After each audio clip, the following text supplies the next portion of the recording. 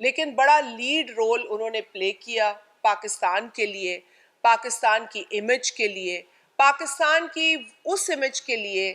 جسے ایک نااہل حکومت نے نقصان پہنچایا، اور پاکستان کو تقریباً آئسولیشن کا سامنا تھا جب بلاول صاحب فارن آفس کی جو فرائض تھے انہیں ان کے سپرد ہوئے، اور بڑی کوشش سے، بڑی محنت سے عین اس وقت جب پاکستان ایک بہت بڑی چیلنج کا سامنا کر رہا تھا 2022 کے فلڈز کا، عین اس وقت بھی بلاول صاحب نے ہمت اور حوصلے کا مظاہرہ کیا، اور پاکستان کے باہر جتنی بھی ممالک ہیں، جتنی بھی قوتیں ہیں، ان کو انگیج کیا، پاکستان کے لیے مدد بھی لے کر آئے، پاکستان کے اندر UN کے، اقوام متحدہ کے سیکرٹری جنرل کو مدعو کیا، ان کو وہ جو سیلاب زدہ علاقے تھے، جو سیلاب سے متاثر لوگ تھے، ان سے ملوایا، اور پاکستان کا ایک جو ایشو تھا، پاکستان کا جو کیس تھا، وہ پوری دنیا کے سامنے رکھا۔ آپ ساری ہسٹری سے واقف ہیں، جو نیو یارک میں میٹنگ ہوئی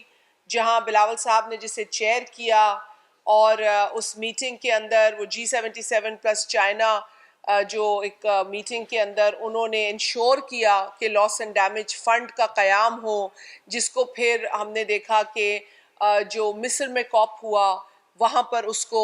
عملی جامہ پہنایا گیا، لیکن اس کے پیچھے جو پوری بیک ڈور ڈپلومیسی تھی، جو پوری بیک ڈور کوشش تھی، وہ متواتر پاکستان پیپلز پارٹی کے چیئرمین جناب بلاول بھٹو زرداری صاحب کی رہی۔ تو ایک مثال ہے کہ کس طریقے سے بلاول صاحب کی جو قائدانہ صلاحیتیں ہیں، جو ان کی سیاسی بصیرت ہے، جو ان کے اندر ایک ورثہ ہے سیاست کا، اور جو انہوں نے سیکھا ہے اپنے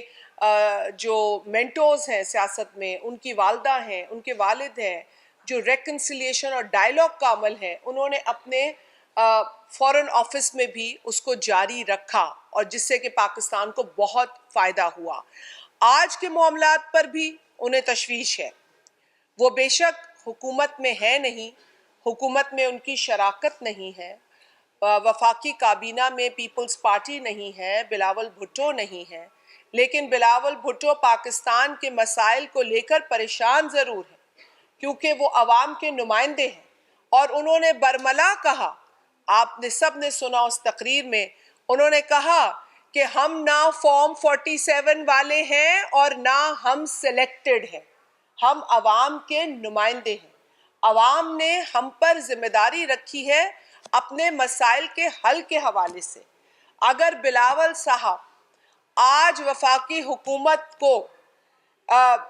میں نہیں کہوں گی کہ وہ آڑے ہاتھوں لیتے ہیں، لیکن سوال کرتے ہیں، اگر وہ آج وفاقی حکومت سے سوال کرتے ہیں، اگر آج وفاقی حکومت کے رویے پر بات کرتے ہیں، تو وہ صرف اس لیے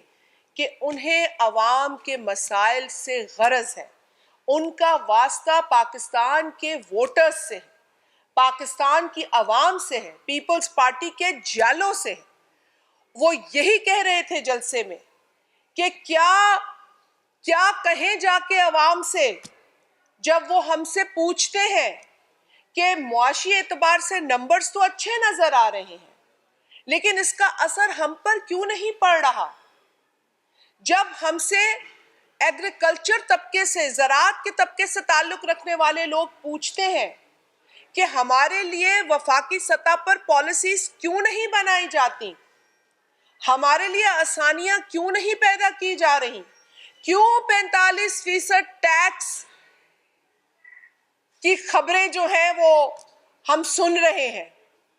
کیا ہوگا ہمارے ساتھ جب زراعت کا یہ حال ہے اور اوپر سے آپ 45% ہم پر ٹیکس لگا رہے ہیں؟ جب ہم سے سندھ اور بلوچستان کے سٹیک ہولڈرز یہ پوچھتے ہیں کہ دریائے سندھ کے پیٹ میں سے 6 کنالیں کیسے نکالو گے، وہ دریائے سندھ جو اس وقت بھی پورے پاکستان کی ضرورت بڑی مشکل سے پوری کرتا ہے۔ 1991 کا واٹر ایکارڈ کیوں نہیں سیریسلی لیا جاتا؟ جب یہ اکارڈ پاس ہو رہا تھا تو جو حکومت آج اقتدار میں ہے وفاق پر، وہی حکومت اس وقت اقتدار میں تھی۔ اس وقت میاں محمد نواز شریف صاحب ملک کے وزیر اعظم تھے۔ 91 اکارڈ پیپلز پارٹی نے سنگین ریزرویشنز کے باوجود قبول کیا۔ واٹر ایلوکیشنز اس میں جو بھی لکھی تھی اس پر ہمارا سنگین اعتراض تھا، کیونکہ اس سے قبل جو ایلوکیشنز کا پیٹرن تھا اس سے ہٹ کر نیا پیٹرن بنایا جا رہا تھا۔ ایک دستاویز آیا، فارمل شکل میں آیا، ہم نے اس کا احترام کیا، ہم نے پھر اسے چیلنج نہیں کیا، ہم نے پھر ان ایلوکیشنز پہ بات نہیں کی۔